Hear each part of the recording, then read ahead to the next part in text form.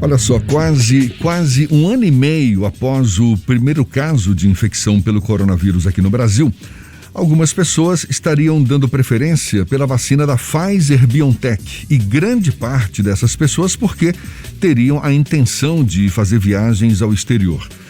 O imunizante vem sendo o preferido, por exemplo, em postos de saúde da cidade de São Paulo. E essa preferência por determinadas vacinas, preferência vinda de um aparente senso comum de parte da população, tem fundamento? Pois a gente conversa a respeito agora com o pesquisador de vacinas, PhD pela USP, com pós-doutorados em Oxford, na Inglaterra, e em Berna, na Suíça, o imunologista Gustavo Cabral, nosso convidado aqui no Issa Bahia. Seja bem-vindo. Bom dia, doutor Gustavo. Bom dia. É sempre bom estar aqui com vocês, batendo esse papo sobre essas informações que a gente precisa tanto esclarecer, né? Exatamente. Olha, eu já ouvi gente reclamando que tomou a Coronavac, mas preferia a de Oxford. Agora tem a da Pfizer, que há quem diga é a melhor de todas. Tem fundamento essa preferência por determinadas vacinas ou isso é uma grande bobagem? Olha, é até compreensível que as pessoas pensem assim, porque, assim, virou uma politização muito grande essa questão de vacinas, não é? Não é só a questão científica, para existir uma questão política também. Mas, assim, para a gente falando sobre ciência, eu vou ser bem claro e objetivo. A melhor vacina é aquela que estiver disponível para você. A essa altura, né? Qualquer vacina que estiver disponível seja contra a Covid-19, ela é para proteger principalmente contra a doença, estado grave, estado moderado e até contra sintomas. Todas essas vacinas funcionam muito bem. A da Pfizer, inclusive, já foi até uma das mais recusadas, não é? Não é essa vacina que o presidente Jair Bolsonaro disse que quem a tomasse ia se tornar um jacaré? Acho que foi, né? Essa mesmo. A da Pfizer, ela é a mesma vacina que falaram que o presidente Bolsonaro falou que poderia virar jacaré, que a empresa estava exigindo coisas de que, assim, colocando na cláusula de que qualquer problema que viesse a acontecer seria responsabilidade do Estado. Exatamente. É a mesma vacina que muita gente disse que iria mudar o DNA da gente e agora vira queridinha. Claro agora, que ela é importante. Agora, doutor Gustavo, não é para ficar essa loucura que está gerando, não. Agora, essas vacinas, cada uma delas tem uma tecnologia diferente. Cada uma tem foi desenvolvida por técnicas diferentes. Isso credencia uma ou outra vacina a ser mais eficaz? É porque, assim, cada uma carrega em si uma característica que pode ser melhor ou pior. Por exemplo, vamos falar da Coronavac. As pessoas comentam, olha, tem eficácia mais baixa e tal. Mas, por exemplo, a vacina é uma tecnologia de vacina que a gente conhece muito mais, há muito mais tempo. Então, assim, para a gente prever qualquer efeito colateral a médio e longo prazo, para a gente é mais fácil. No caso da Coronavac, é a vacina com vírus inativado, não é isso? Inativado. Vamos usar a expressão meu vírus morto, assim, sabe? Que é a mesma tecnologia que a gente utiliza para gripe, para dar raiva. Então, para a gente é fácil de fazer qualquer tipo de previsão. Mas todas essas que estão no mercado são eficazes e, pelo menos, é o que se recomenda, né? Não escolha a vacina, o importante é ser vacinado. Exatamente. A melhor vacina é aquela que estiver disponível para ti. Sabe, as outras também seguiram todos os rigores científicos. E cada uma carrega algumas vantagens e algumas desvantagens. Mas todos protegem contra a doença. Isso é que é importante. Doutor Gustavo, nós passamos uma fase em que se questionava muito a eficácia de vacinas contra a Covid-19 por conta da velocidade com que as vacinas foram desenvolvidas. Essa fase, ela já foi superada ou o senhor ainda acredita que existe um certo ruído na comunicação para a população em geral sobre a eficácia e eficiência das vacinas por conta dessa velocidade com que elas foram desenvolvidas? Assim, para a grande maioria passou. O que a grande maioria quer é vacina. Mas, assim, a gente precisa entender que ainda tem aquele grupo de negacionistas que sempre vai existir, tá? E eles sempre vão existir, questionar uma coisa natural. O que a gente não pode é deixar que, por exemplo, um presidente da República se junte a essas pessoas. Aí é que vira uma bagunça enorme. Mas, assim, hoje em dia ele superou. A gente já explicou os motivos do porquê a gente desenvolveu tão rapidamente, quais foram os países que foram mais rápidos, por que eles foram mais rápidos. Nos ensinaram também o que nós, brasileiros, precisamos focar, que é desenvolver ciência para que a gente possa responder mais rápido e resolver os nossos problemas aqui também. Então, assim, a gente tem superado demais com a população de modo geral. E também precisamos compreender que os negacionistas sempre vão existir. Nós temos uma situação também que é uma torcida pelo desempenho da Anvisa. Nós temos 3 vacinas aprovadas aqui no Brasil, a Coronavac, a AstraZeneca e a Pfizer, mas ainda está no prelo, na expectativa, a Sputnik V, e agora o Instituto Butantan pediu o avanço das pesquisas com a Butanvac. Esse tipo de acompanhamento, o senhor, enquanto um profissional da ciência, e esse acompanhamento da população começa a ter mais atenção com esse processo de validação de vacinas, tem um aspecto positivo para quem trabalha com a divulgação de ciência como você? Tem sim. Tem porque a população, quando a população começa a observar, olhar e ver qual a necessidade da ciência, ela nos dá um suporte muito maior, tá? Então, assim, claro que a gente sempre tem que respeitar a soberania da Anvisa, porque isso nos dá segurança para muita coisa além da vacina, tá? Mas, ao mesmo tempo, essa pressão, entre aspas, popular, social, obriga, por exemplo, a Anvisa ter que melhorar e quebrar algumas burocracias, inclusive para outras questões além da vacina. Claro que tem um lado ruim, porque parece que as pessoas querem, eu quero a vacina porque outros países estão usando. Não é bem assim. Cada país tem sua forma de avaliar, vai observar de onde vem aquele lote da vacina que está vindo para o Brasil, nem sempre é o mesmo que está indo para outro país, de seguir os rigores que exige aqui, que nos dão segurança. Então, assim, tem um lado ruim, tá? Mas tem um lado bom, que nos dá uma visão e, consequentemente, a gente pode explorar muito mais o desenvolvimento científico aqui no Brasil. Doutor Gustavo, o senhor falava há pouco que já foram superadas as dúvidas em relação ao como essas vacinas foram produzidas, em relação à velocidade com que elas foram colocadas no mercado.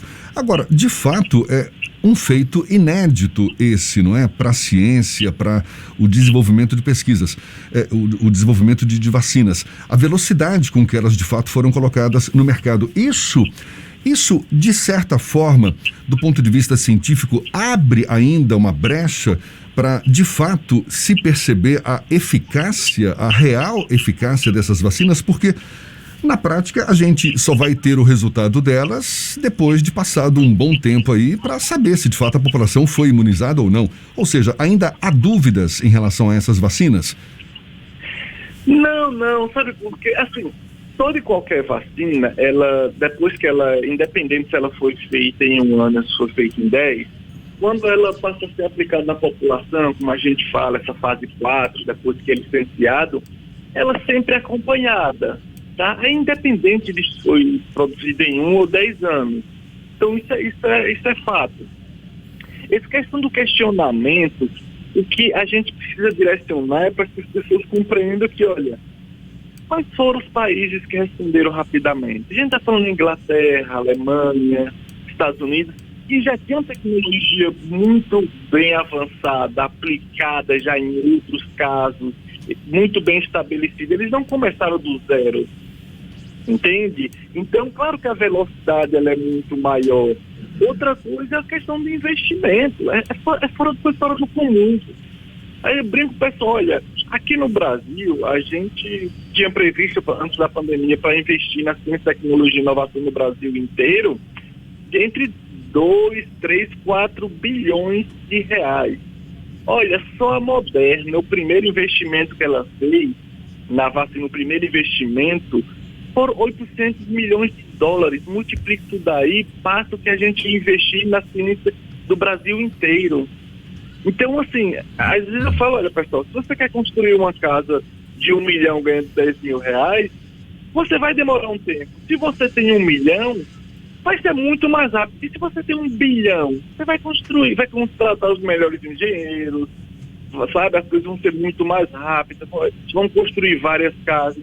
Então, assim, foi um mundo diferente, é um mundo diferente, e quem respondeu é porque tinha uma visão da ciência e investimento diferente também. Há uma expectativa, doutor Gustavo, de nesta terça-feira a Fiocruz assinar em definitivo o contrato para a transferência de tecnologia da vacina de Oxford à AstraZeneca para produzir uma vacina que eles estão chamando de 100% nacional.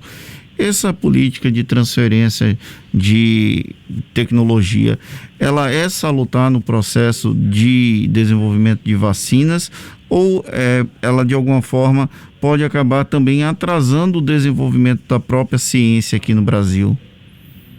Os dois, tá? Assim, ele é muito bom, na verdade, não para o desenvolvimento, mas para a produção da vacina. Quando você transfere a tecnologia para a gente produzir toda a vacina aqui, a gente pode ter um controle muito maior. A gente não vai precisar estar importando, a gente adapta, por exemplo, a fábrica aqui, que já está em construção, que já está muito adiantada, então a gente adapta a produção, ela é muito mais rápida, muito mais eficiente. Mas para o desenvolvimento é diferente, porque a gente utiliza a tecnologia produzida lá em Oxford. Entende? E eu estou falando, muita parte da minha formação em vacina foi em Oxford, no Instituto Jenner, onde saiu essa vacina. Então, assim, eu sei muito bem como as coisas andam lá, e quando a gente pensa para traduzir para aqui, é outro mundo. Então, assim, a tecnologia é bom para a produção. Agora, para o desenvolvimento, aí já é uma soma de visão da importância da ciência e tecnologia aqui. Porque quando a gente fala sobre desenvolver a Butanvac, não é tecnologia 100% brasileira, foi desenvolvido lá nos Estados Unidos, é uma conexão, que é natural a conexão. Mas a visão a médio e longo prazo para o Brasil é compreender que a ciência, tecnologia e inovação precisa ser desenvolvida de base aqui, porque o que é mais caro, vocês podem ter certeza absoluta, que é muito mais caro e o que é muito mais vantajoso para o país é o conhecimento que a gente desenvolve. Doutor Gustavo, a gente está conversando aqui com o pesquisador de vacinas, PhD pela USP, com pós-doutorados em Oxford, na Inglaterra, e em Berna, na Suíça, o imunologista Gustavo Cabral. Qual é a avaliação que o senhor faz agora com essas novas cepas, essas variantes do coronavírus? Já ouvi de especialistas de que essas vacinas, essas que estão colocadas no mercado, elas não terão cobertura para todas as variantes que estão surgindo por aí. Ou seja, eu pergunto para o senhor, são vacinas que precisam ou precisarão estar sendo atualizadas regularmente? E o senhor acredita também que o coronavírus ou a Covid-19 vai se tornar uma doença endêmica? Ou seja, a gente vai estar sendo vacinado periodicamente e com novas vacinas sendo atualizadas também periodicamente, assim como a gente faz com a gripe? Olha só, em relação às a gente chama variantes de preocupação, tá? As atuais, que geram uma preocupação enorme, geram temor, uma capacidade de dispersão muito maior do que as anteriores, tem demonstrado também, consequentemente, ser muito mais perigosa, sim. Mas olha, a vacina funciona sim contra essas variantes. Todas essas vacinas que estão no mercado e já estão aprovadas, elas funcionam. Mas não são vacinas que foram desenvolvidas antes do surgimento de algumas dessas variantes? Como? Por exemplo, tem essa variante da Índia agora, a variante indiana, ela surgiu depois que essas vacinas foram colocadas no mercado, não? Todas elas. Por exemplo, quando a gente começou a desenvolver as vacinas, tendo o princípio lá atrás, das primeiras variantes. E aí depois, já em andamento, já surgiu a P1, A inglesa surgiu no final do ano passado, veio a sul-africana, E a gente pode afirmar que essas vacinas atuais, elas cobrem essas novas variantes também? Cobrem sim, com certeza. Tem vários experimentos, vários testes que cobrem sim. Agora, a preocupação nossa, o que gera uma angústia enorme, é a gente continuar dispersando o vírus loucamente como nós fazemos, tá? Ou seja, a gente oferece o que o vírus quer, a gente oferece corpos para o vírus se adapta e podem surgir novas variantes que consigam escapar das vacinas ou pior, ainda se tornar ainda mais letais.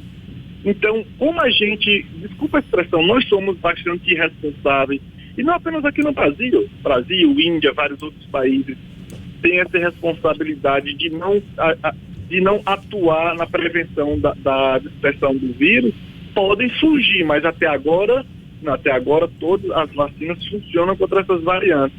As mutações não foram capazes de fazer com que elas escapassem da vacina, mas não garantimos para o futuro. Então, consequentemente, a gente precisa entender que sim, provavelmente a gente vai estar se vacinando, tá? Periodicamente. Agora, se vai ser 1 ano ou 2 anos, vai depender da capacidade de imunoproteção de cada vacina e se vão surgir novas variantes, por exemplo, a médio prazo, para fazer a gente ter que mudar a formulação. Mudar a formulação não é problema. Acredita, não é problema. O vírus muda, a gente muda também. O problema é ter a produção em larga escala nesse momento. Esse é o maior gargalo da gente. E a Covid então, vai se tornar uma doença endêmica? Vai se tornar uma doença endêmica? Esquece, assim, a gente não vai se livrar do vírus. Pelo menos em nossa geração, a gente não vai se livrar do vírus.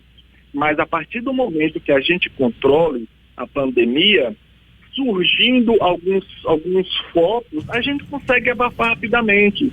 Porque não só a vacina vai ser importante, a vacina vai ser importante para controlar a pandemia. Mas estão surgindo anticorpos que são de extrema importância para fazer um devido tratamento. Quando a gente brinca, né? Quando a gente tem uma picada de cobra, a gente não vai lá e não toma um soro antiofídico. Surgindo, por exemplo, a partir do controle da pandemia, um problema, um foco, e as pessoas estão doentes, a gente vai lá e aplica o soro anti o coronavírus. Então, assim, vão surgir mais técnicas, mais suporte para a gente controlar qualquer foco possível. Mas a gente não vai se livrar do vírus. Esquece. Entende? Pelo menos ainda nossa bem, geração. ainda bem. Nós vamos controlar essa pandemia e vamos voltar a ter uma vida. E ainda bem que a ciência está aí do nosso lado, não é? Tá certo, doutor Gustavo Cabral, muito obrigado. Pesquisador de vacinas, PhD pela USP, tem pós-doutorados em Oxford, na Inglaterra, também em Berna, na Suíça. E baiano, parabéns, é isso aí. Eu tô aqui só olhando vocês falando aqui, eu falei, será que eles não vão falar que eu sou baiano lá do secção da Bahia? Não é possível. Um prazer tê-lo mais uma vez conosco aqui, doutor Gustavo. Muito obrigado, um bom dia e até uma próxima. Obrigado, bom dia, abração para todos aí. Um abraço. Agora são 7h46 na Tarde FM.